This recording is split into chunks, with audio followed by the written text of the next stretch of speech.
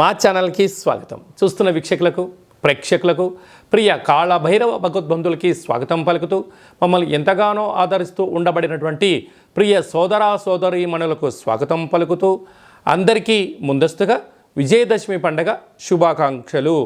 అమ్మవారి యొక్క ఆశీస్సులు ఉంటే మనకు అన్నీ ఉన్నట్లే కనుక అమ్మను స్మరిద్దాం, అమ్మను ధ్యానిద్దాం. ప్రకృతితో మమేకమైనటువంటి అమ్మవారిని శాకాంబరి స్వరూపంలో పూజ చేసుకుందాం. జీవనాన్ని అద్భుతమైన ఆనందకరమైన జీవితానికి స్వాగతం పలుకుదాం. 1వ తారీఖు 10వ నెల 2024 నుండి 15/10/2024 వరకు పుట్టినటువంటి వారందరికీ కూడా ముందస్తుగా జన్మదిన శుభాకాంక్షలు. గతంలో వివాహం చేసుకున్న వారికి వివాహ వార్షికోత్సవ శుభాకాంక్షలు. ద్వాదశ రాశుల్లో గ్రహ గమనాల్ని ఒకసారి వీక్షింపచేద్దాం. వృషభ రాశిలో దేవగురు బృహస్పతి సంచార స్థితి, విశేషంగా మిథున రాశిలో కుజభగవానుడు సంచార స్థితి, కన్యరాశిలో రవి బుధ కేతు సంచార స్థితి. 3 గ్రహాలు కలిపి బుధాదిత్య రాజయోగం చేత కన్యరాశిలో సంచార స్థితి. తులారాశిలో శుక్ర భగవానుడు స్వక్షేత్ర సంచార స్థితి. కుంభరాశిలో శని భగవానుడు స్వక్షేత్ర తిరోగమన సంచార స్థితి. మీనరాశిలో రాహు సంచార స్థితితో ద్వాదశ రాశుల్లో గ్రహ గమనాలు ఈ విధంగా ఉన్నాయి.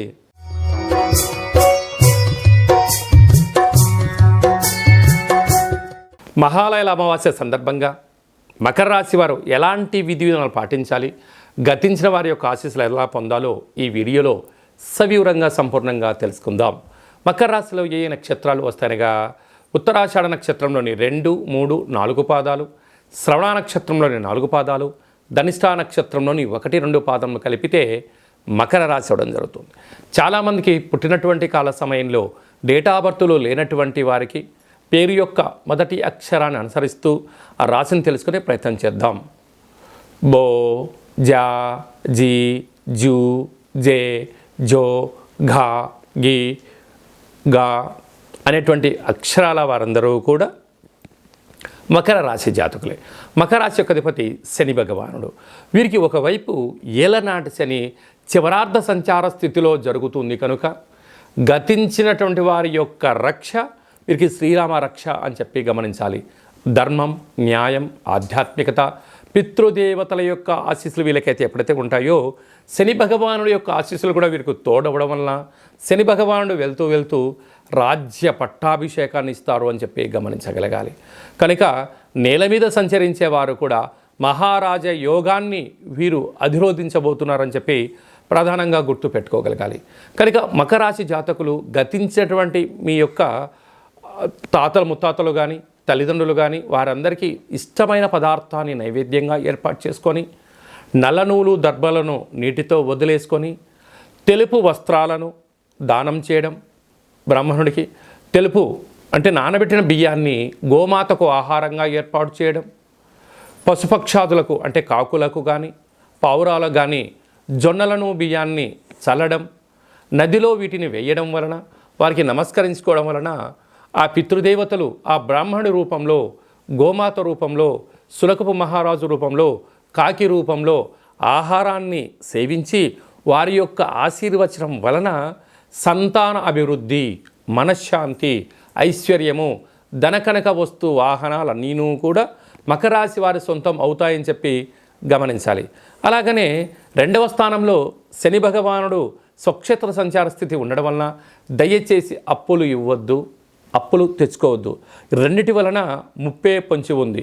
అప్పు ఇచ్చారా తిరిగి రాకపోగా పోలీస్ స్టేషన్లు, గొడవలు, కోర్టు సమస్యలతో ఇబ్బంది పడడం, తెచ్చుకున్నారా సకాలంలో ఇవ్వలేనటువంటి ఆర్థిక పరిస్థితుల వలన స్థిరచరాస్తులు పోగొట్టుకోవడం, మనశ్శాంతి, దీర్ఘకాలికమైన వ్యాధులైనటువంటి బ్రెయిన్ స్ట్రోక్ లాంటివి, నరాల బలహీనత, గుండె జబ్బులతో దీర్ఘకాలికమైన వ్యాధులైన షుగర్, థైరాయిడ్ వ్యాధులతో బాధపడి అనవసరమైనటువంటి నిద్రలేని రాత్రులు గడుపుతూ అనేక రకాల ఇబ్బందికి మీరే కేంద్ర బిందులు అవుతారు. అందుకే ఏదన్నా చెయ్యి, దయచేసి రుణం ఇవ్వద్దు, రుణం తెచ్చుకోవద్దు. మకర రాశి వారు ప్రధానంగా గుర్తు పెట్టుకోవాల్సిన మొదటి అంశం అని చెప్పి గమనించగలిగి. తృతీయంలో రాహు సంచార స్థితి.